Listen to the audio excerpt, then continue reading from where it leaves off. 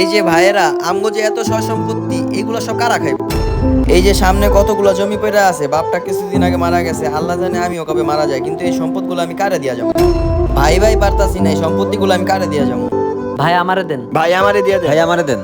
তুমগো সবারই দেহি জমি লাগবো। আচ্ছা ঠিক আছে, আমার একটা শর্ত আছে। এই শর্ত তোমাদের তিনজনের মধ্যে যে রাখতে পারবো তারে আমি সব জমিগুলো দিয়া যাবো। কি শর্ত ভাই? কি সত্য ভাই?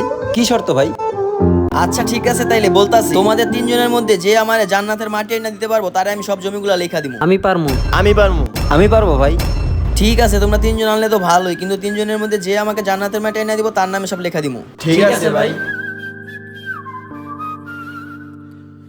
ভাই পুরো এলাকায় তন্ন তন্ন করে খুঁজলাম, কোথাও পাইলাম না জান্নাতের মাটি। ভাই আমিও তো পুরো এলাকায় খুঁজে ফেলছি, কিন্তু কোথাও তো জান্নাতের মাটি পাইলাম না। কি তুমিও পাও না জান্নাতের মাটি? হ্যাঁ ভাই, আমি মাটি পাইছি, এই যে নেন জান্নাতের মাটি। কি তুমি এই মাটি কই পাইছো? ভাই আল্লাহ তাআলা বলছে মায়ের পায়ের নিচে নাকি জান্নাত হয়, এই জন্য ভাই আমি নিচে যাইয়া মায়ের পায়ের নিচে থেকে জান্নাতের মাটি নিয়ে আইছি। দেখো তোমরা সবাই, তোমাদের মধ্য থেকে সবথেকে জ্ঞানী ও আর একটু ধার্মিকও আছে। আমার যা মনে হয় এই যে যত সম্পত্তি আছে সবকিছুর দায়িত্ব ওরেই দেওয়া উচিত। ভাই, আমার যত জায়গা সম্পত্তি আছে আমি সবকিছু তোর নামেই লেখা দিব। ঠিক আছে ভাই। ছোট ভাই কি ঠিক কথা বলেছে? মায়ের পায়ের নিচে কি জান্নাত হয়? তাহলে কমেন্টে জানাবেন সবাই।